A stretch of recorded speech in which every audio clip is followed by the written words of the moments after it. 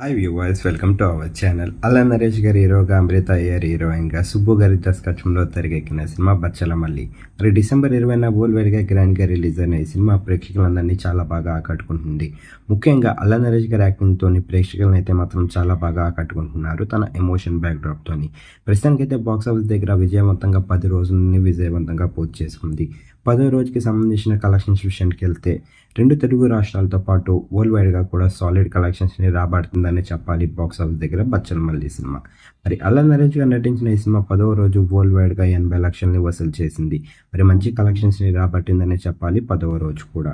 మరి ఈ సినిమా అయితే మాత్రం అల్లా నరేష్ గారికి ఓ మంచి విజయాన్ని ఇచ్చింది. మరి ఈ సినిమా గనుక మీరు చూసినట్టుగైతే సినిమా ఎలాగుంది, అల్లా నరేష్ గారికి ఎలాంటి విజయాన్ని ఇచ్చిందో మీరు అనుకుంటున్నారో కింద కనిపిస్తున్న కామెంట్ బాక్స్‌లో కామెంట్ చేయండి.